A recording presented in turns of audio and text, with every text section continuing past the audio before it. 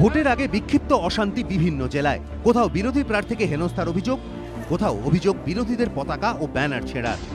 রাজ্যের বিভিন্ন প্রান্তে বিরোধী জোটের ওপর আক্রমণের অভিযোগ, প্রতিটি ক্ষেত্রেই অভিযুক্ত তৃণমূল কংগ্রেস। মুর্শিদাবাদের ডোমকল কেন্দ্রের কংগ্রেস প্রার্থী আব্দুর রহমান শেখকে হেনস্থার অভিযোগ তৃণমূলের বিরুদ্ধে। বুধবার সকালে কুচিয়ামারা গ্রামে প্রচারে যান তিনি। অভিযোগ, গাড়ি থামিয়ে কংগ্রেস প্রার্থীকে হেনস্থা করেন তৃণমূল কর্মীরা। মারধর করা হয় গাড়ির চালককে। ঘটনায় নির্বাচন কমিশনে অভিযোগ জানিয়েছে কংগ্রেস। দমকলে আজকে কংগ্রেসের প্রার্থী আব্দুর রহমানের উপরে আক্রমণ হয়েছে, তার গাড়ি ভেঙে দেওয়া হয়েছে, তার ড্রাইভারকে মারা হয়েছে। ইলেকশন কমিশনকে বিষয়টা আমরা জানিয়েছি। তৃণমূল চেষ্টা করছে এইভাবেই মানুষের মতামতকে এখনো তাদের পক্ষে ধরে রাখতে। অভিযোগ অস্বীকার করেছেন ডোমকল কেন্দ্রের তৃণমূল প্রার্থী সৌমিক হোসেন। গ্রামের লোককে টাকা বিলি করতে গেছিল, বহিরাগত কিছু লোক নিয়ে মাস্তানি করতে গেছিল।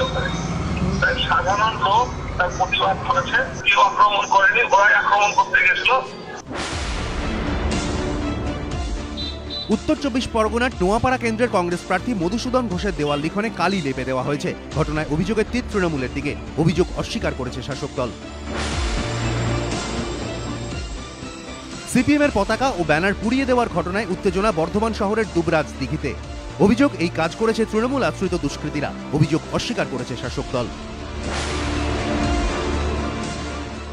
দক্ষিণ দিনাজপুরের তপন বিধানসভা কেন্দ্রের পতিরাম সাহাপাড়ায় বিজেপি প্রার্থী কৃষ্ণ কুজুরের সমর্থনে টাঙানো ফ্লেক্স নষ্ট করে দেওয়ার অভিযোগ শাসক দলের বিরুদ্ধে।